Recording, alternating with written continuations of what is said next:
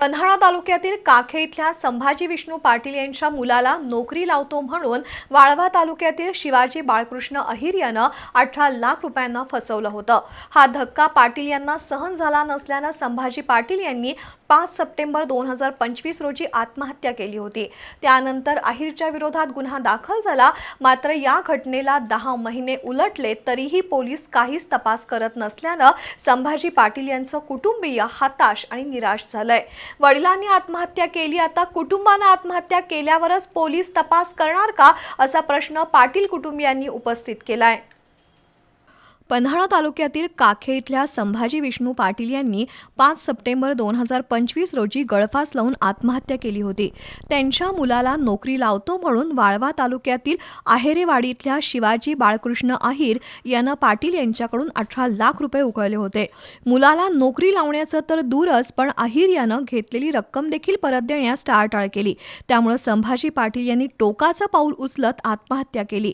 या घटनेला 10 महिने झाले तरी पोलिसांकडून मात्र तपास शून्यच आहे। वारंवार पाटील कुटुंबीय कोडोली पोलीस स्टेशनला चक्रा मारत आहेत, पण पोलीस मात्र उडवाउडवीची उत्तरं देत आहेत। पोलिसांनी अहिरच्या कुटुंबियांचा किमान सीडीआर जरी तपासला तरी त्याचा तपास लागू शकतो, मात्र पोलिसांनी इच्छाशक्ती दाखवण्याची गरज आहे। नमस्कार, मी सहयोगिता संभाजी पाटील।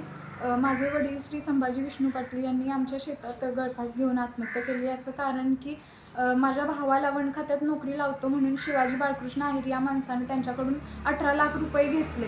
त्यानंतर तो पसार झाला। याचा माझ्या वडिलांना खूप त्रास झाला आणि त्यांनी या त्रासातून त्या माणसामुळे त्यांनी आत्महत्या केली। तर याचे गुन्हा आम्ही कोडोली पोलीस स्टेशनला दाखल केलेला, पण आता 10 महिने झाले त्यांनी या तपासात काहीच तपास पुढे नेलेला नाही। आम्हाला आत्ता आम्ही त्यांच्याशी बोललो तर ते फक्त एवढंच म्हणतात की तो त्या घरी नाही।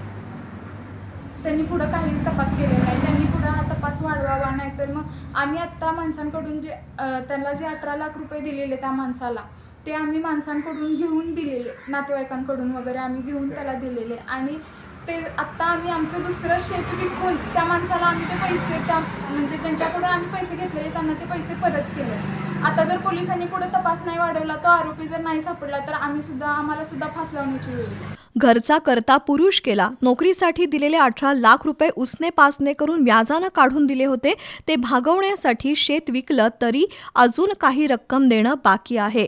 घरी कमवता कोणी नाही, अशा परिस्थितीत पोलिसांकडून आम्हाला न्याय मिळत नसेल तर आत्महत्या करण्याशिवाय पर्याय नाही, अशी भावना संयोगिता पाटील यांनी व्यक्त केली आहे।